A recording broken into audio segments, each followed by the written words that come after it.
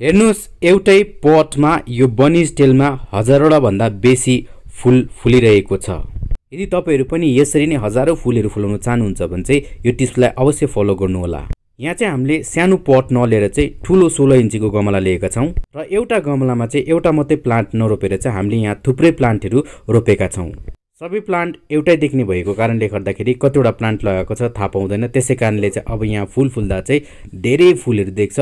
तपाईले गन्ती गर्नुभयो भने पनि फूल र कोपिला गरेर चाहिँ हजारवटा भन्दा बेसी छ। अहिले जस्ट फूलहरु कोपिलाबाट फुट्नु मात्रै थालेको छ। जब फूल फुल्छ त्यतिबेला चाहिँ धेरै सुन्दर देख्छ। यो इजी टु केयर प्लान्ट हो। एकपल्ट ल्याएपछि घरिघरि किनिरहनु परेन, त्यसको सिडहरु बस्छ, त्यही सिड कलेक्ट गरेर हामीले रोप्छौं। र यो चाहिँ हामीले सानो गमलामा रोपेको एउटै मात्रै प्लान्ट छ र एउटै मात्रै प्लान्टमा पनि निकै नै फूल फुल्छ। तपाईले देखिरहनु भएको छ फूल चाहिँ धेरै सुन्दर हुन्छ।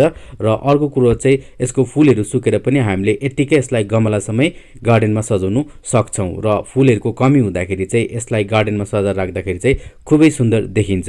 यसलाई यतिकै सजाएर राखिराख्यो र जब सेप्टेम्बर अक्टोबर आउँछ त्यतिबेला चाहिँ त्यही फूलहरु टिप्यो र त्यसलाई छर्यो भने चाहिँ यो नयाँ बिरुवा तयार हुन्छ यही फूलहरुबाट। तपाईहरुकोतिर बनी स्टाइल छ कि छैन भने चाहिँ यतिबेला यसको सिजन हो र तपाईले यतिबेला यसको बोट किनेर पनि ल्याउन सक्नुहुन्छ।